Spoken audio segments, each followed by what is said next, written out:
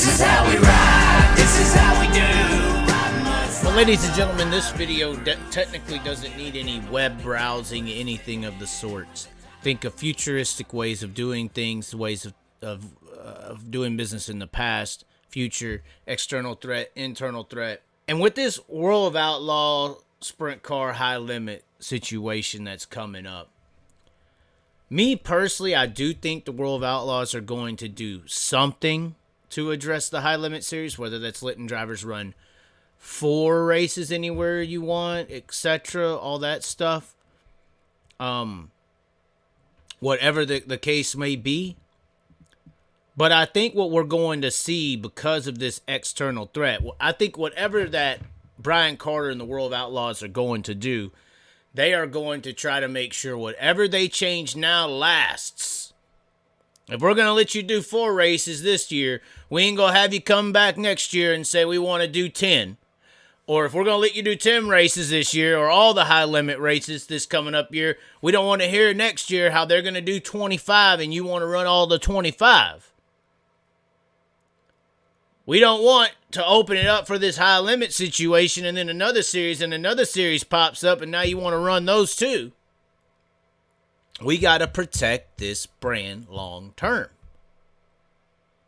Now, when I think of other organizations that have pulled situations like this off and tried to brand themselves, you got to look at NASCAR and other entities who have teams, NASCAR charter system, if you don't know about this, which they have their own issues within the NASCAR charter system right now.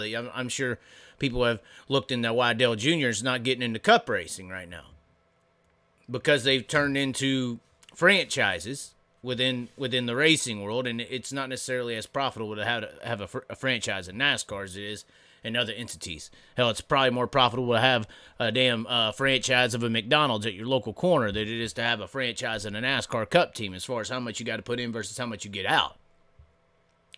But what I'm trying to say here is the one benefit to being in a charter system is you lay claim to a certain part of gross income, meaning the NASCAR charter teams, they get a certain percentage of this type of sale, that type of sale, venue charging, sanction charging, kind of like tow fees in a little bit of a way. They get a certain percentage of broadcast revenues, all these things. And this is a big battle within NASCAR right now between charter owners, new people who may want to come in and be a chartered team, which a chartered team is a guaranteed team in the NASCAR series full time.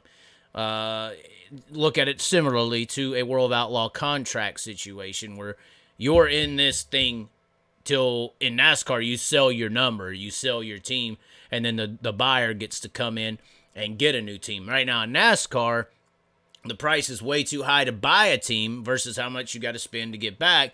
But since there's only a limited number of teams that can actually be in NASCAR's Cup Series, those charter systems, if anyone wants to get in, they have to pay the price to be in NASCAR full time, and you have to buy it from somebody who's already within the series.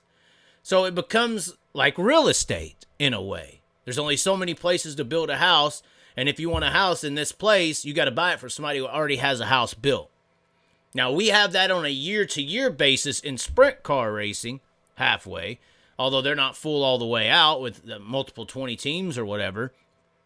But we have it in a situation where being a World of Outlaws is part of being in the real estate area. It's part of being in the charter system.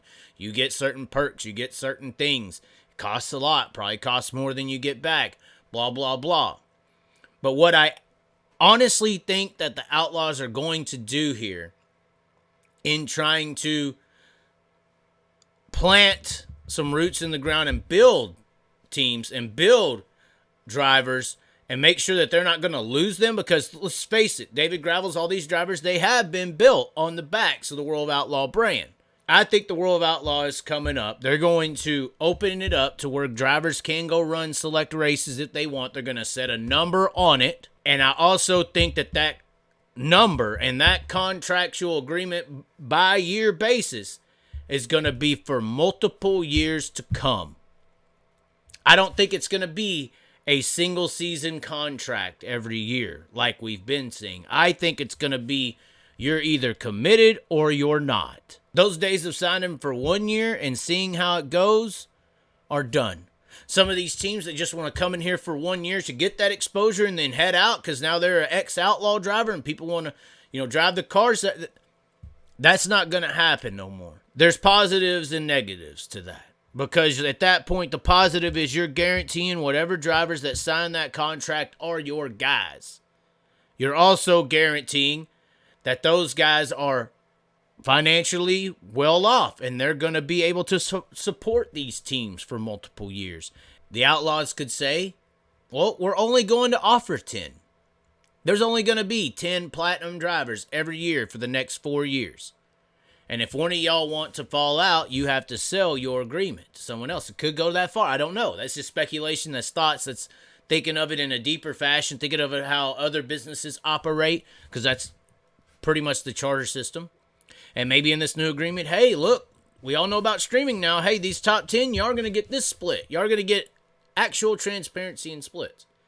I don't know. These are all things to consider. All things to think about. But what I do think is whatever's about to be presented is going to be multi-year. And that's going to change things up a little bit. That's going to make things a little interesting. What do y'all think? Do y'all think multi-year sounds smart from the business perspective?